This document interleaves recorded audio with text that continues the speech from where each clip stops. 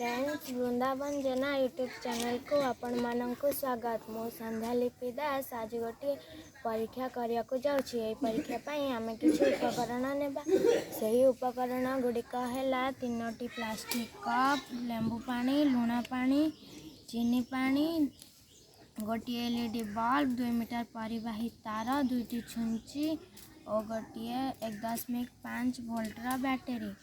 चित्र रे दर्शा जाइथिया भली उपकरण गुड़ी को सजाई रखिबा और 3टी कप रे लेंबू पानी, लुण पानी और चीनी पानी नेबा। 2टी छुंची को तारर 2 मुंडरे खंजिबा और यहाकू 3टी कप रे 2 ରୁ 3 मिनिट पर्यंत बुड़ाई रखिबा। देखिबा एलईडी बल्ब टी जलुछि कि नहीं। जदि एलईडी बल्ब टी जले ताहले एही जलटी विद्युत सुपरिवाही जल अटे। चलतु यही परीक्षाटी करवा।